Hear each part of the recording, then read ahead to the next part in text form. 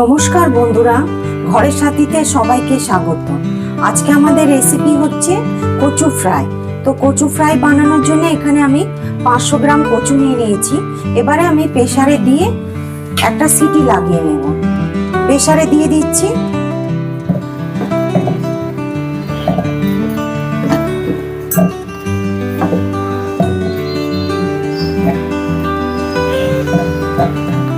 পরিমাণ মতন জল দিচ্ছি, 1 গ্লাস।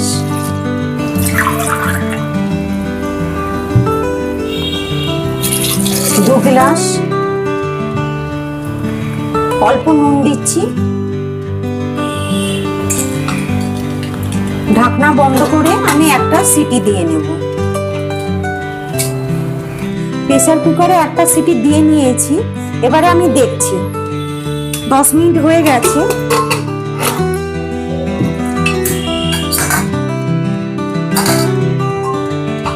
সেদ্ধ হয়ে গেছে, ছুরিটা ঢুকে যাচ্ছে।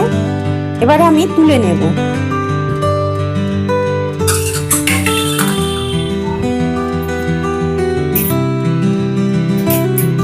বাজার থেকে যখন কচুটা এনেছিলাম অনেক মাটি লেগেছিল, তো 5 মিনিট আমি জলে ভিজিয়ে রেখেছিলাম।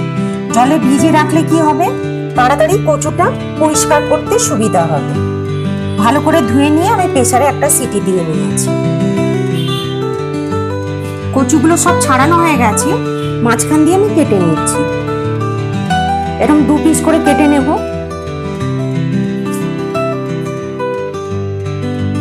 তেলটা গরম হয়ে গেছে, এক এক করে আমি কচুগুলো দিয়ে দেব।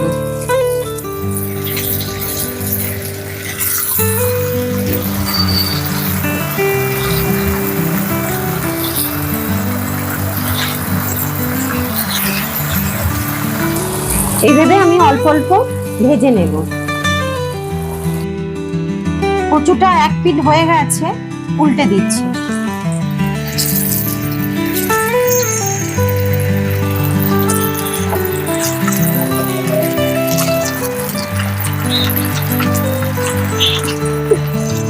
কচু ভাজাটা হয়ে গেছে, তুলে নিচ্ছি।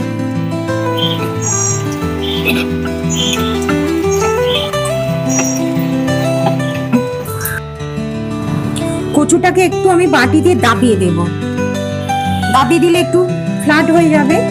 এরকম দিয়ে আরেকবার ফ্রাই করে নেব।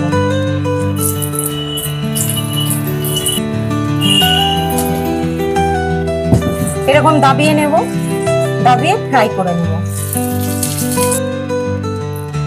কচুটা হালকা প্রেস করতে হবে, বেশি জোরে প্রেস করলে ভেঙে যাবে।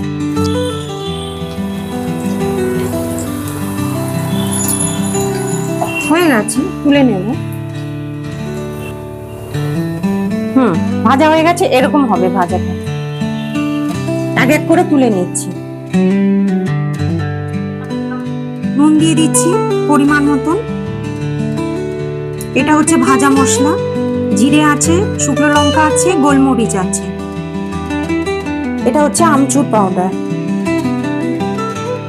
এটা জিরা পাউডার। আর একটু লঙ্কা গুঁড়ো দিচ্ছি। ভালো করে মশলা দিয়ে ভালো করে মেখে নেব। এখানে আমি লেবুটা ব্যবহার করছি না। লেবুটা ব্যবহার করলে নরম হয়ে যাবে কচুটা। মশলা মাখা মুচমুচে কচু তৈরি হয়ে গেছে পরিবেশন করার জন্য।